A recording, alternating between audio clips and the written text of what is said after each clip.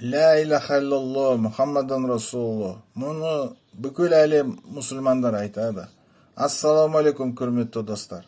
Бізге 100 жылдық астам қазақ мұсылман емес деп сенілген. Біздің қазақ біз пұтқа табынушы деп айтқан, сенілген. Ислам дінін қабылдағанға дейін біздің ата-бабаларымыз тәңіршіл болған. Бірақ монотеизмді қабылдағанға дейін барлық халықтар пұтқа табынушы болған. Бүкіл әлемде солай болды. Барлық пұтқа табынушы болды. Мен өзім 5 уақыт намаз оқымаймын. Шын айтып отырмын сразу.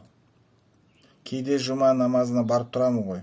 Бірақ ислам менің жүрегімде, менің жанымда. Құдайға шүкір, болашақта намаз 5 уақыт намаз оқи бастаймын. Құдайға шүкір, Аллаға шүкір. Қазақстандағы исламның беделі артық келеді. Бұл өте жақсы. Мен әжім айтқан, ислам бар жерде тәртіп бар.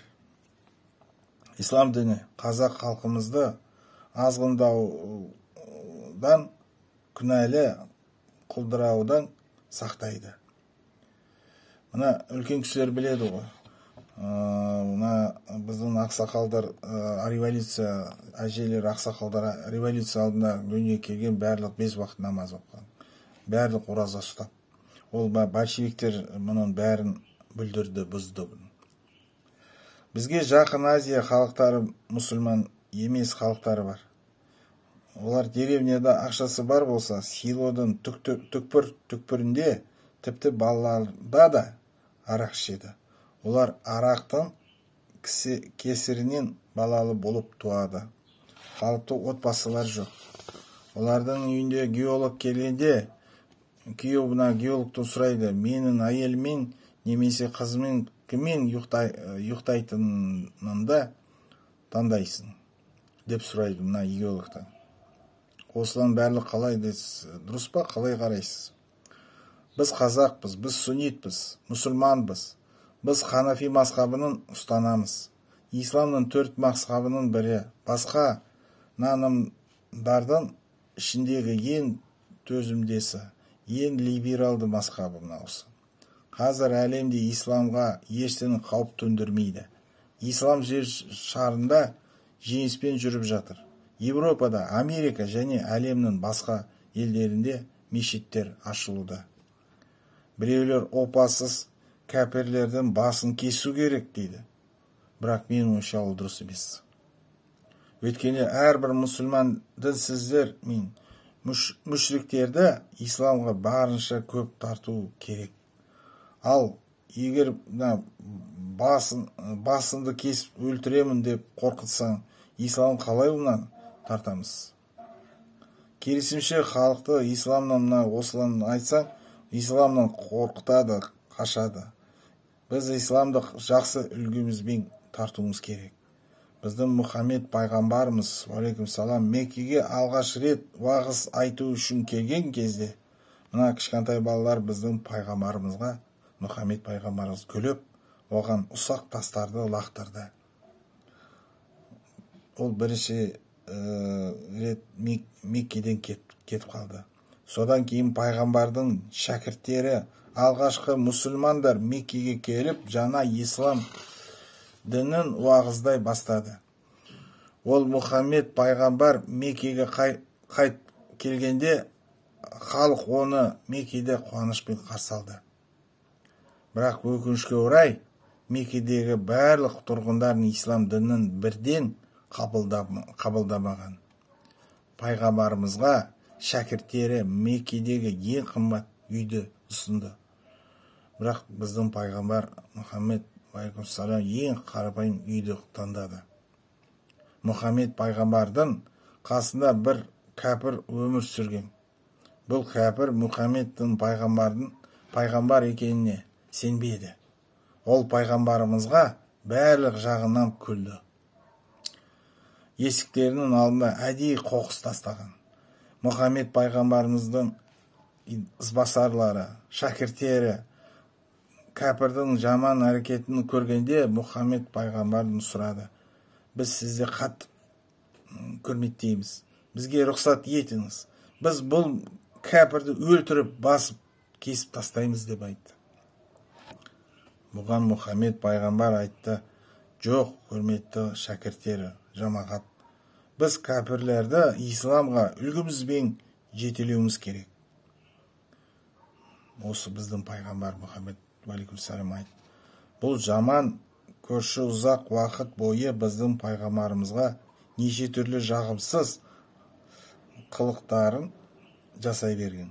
Бірақ кейін бірте-бірте ол кәпір пайғамбардың әділ өмір сүретінін, мұқтаж адамдарға көмектесетінін көрді. Қарапайым үйде тұрған, қарапайым тамақ жеген, қарапайым халықпен жүрген біздің пайғамбар. Сосын бұл кәпір Мұхаммед пайғамбарымызға келіп, кешіріп сұрады. Исламды қабылдаған. Сондай бұл кәпір Мұхаммед пайғамбарымыздың ең адал қолдаушысы болды. Біз өзіміздің үлгімізбен мүшриктерге үлгі етіп, оларды, кәпірлерді исламға тартуымыз керек. Біреулер қасиетті Құранды қазақшаға аударайық дейді. Ал намазды қазақ тілінде оқиық дейді. Қазақ тіліне араб тілінен әсер күшті болды. Қазірдің өзіні қазақ тілінде 1000-нан астам араб сөзі бар.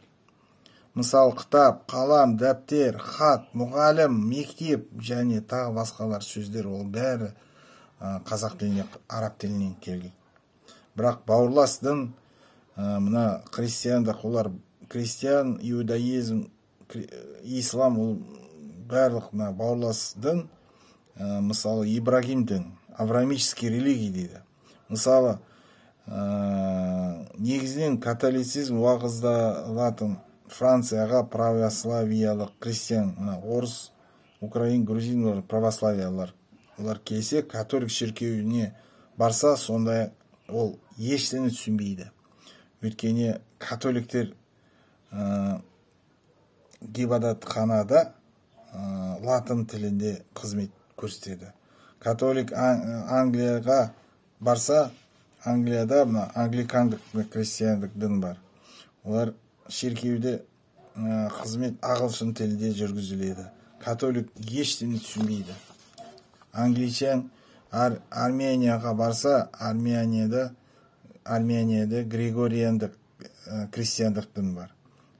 Арменияның шіркеуде англичан ештеңе түсінбейді. Армен Голландияда барса, Голландияда христиандық негізден протестанттық дін бар. Шіркеуде қызмет голланд тілінде жүргізіледі. Армен ештеңе түсінбейді. Олардың барлығы христиан деп аталады. Бірақ бір-бірін түсінбейді. Ал бізде мұсылмандарда қалай? Ал Алла тағала бізге қасиетті Құранды араб тілінде жіберген. Мұсылмандық дұғаны басқа тілдерде оқу үлкен күнә. Араб тілі дүние жүзіндегі барша мұсылмандарды біріктіреді. Сүнниттік мұсылман әлемнің кез келген мешітіне бара алады. Қазір Америка мен Европада жаңа мешіттер ашылып жатыр. Мұсылман елдерінде, Малайзияда, Мысырда, Араб Эмираттарда, барлық жерде бәрі бірдей болады. Мұсылмандардың дұға тілі араб тілі. Ал басқасы болмау керек. Кішкене айырмашылық бар. Мен көптеген елдерде мешітте бардым. Біріншіден уайдап қалдым, ой, басқаша болады деп. Жоқ. Бірақ кішкене айырмашылық бар. Мысалы, Наурушида жұма намаздан кейін жақында қайтыс болғандар еске алады, олар алынады, айтады ғой. Дұға оқиды. И сон мен бірақ бізде де солай болады. Көп айырмашылық жоқ, сондай болады бүкіл әлемде. Кейбіреулер қазақтарды тәңіршіл дінге қайта оралуға шақырады. Тарих бойынша мен мына қазақтың әңгімелесем, бұрын тәңірлік болғанын айтамын мен. Әр қарайда өзіміздің қазақ тарихымызды айта беремін. Мына тарих бойынша мен айта беремін, жалғастырамын. Бірақ мен ешқашан қазақтарды тәңіршіл дінге қайта оралуға шақырмаймын. бітті уже, өтіп кетті уже мына тәңіршілдік дін. Тәңіршілдік дінінде негізгі кітап жоқ, пайғамбар жоқ. Ал бізде исламда негізгі кітап Құран кәрімі бар, Мұхаммед пайғамбар бар. Ислам монотеизм діні, тәңірлік дініне қайта оралуға ересек, мына мысалына үлкен адамның балабақшаға қайта оралуы сияқты.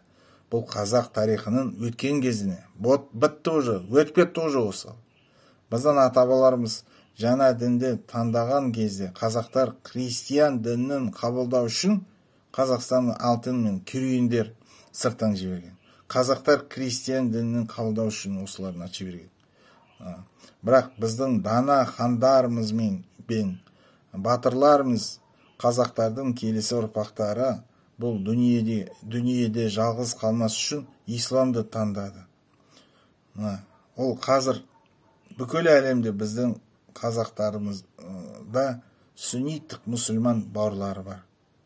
Бірақ өкінішке орай қазақтар бізді мұсылман бауырларымыздан алыстатуға тырысады біреулер.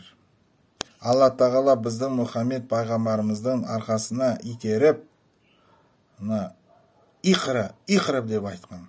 Бұл қазақ тілінде аударғанда оқы деп білдірді. Құранды оқы деп айтты Алла тағала. Сондай-ақ Алла тағала бізге де, жамағатқа, мұсылмандарға көп оқып, білімді меңгеру үшін жүгінді.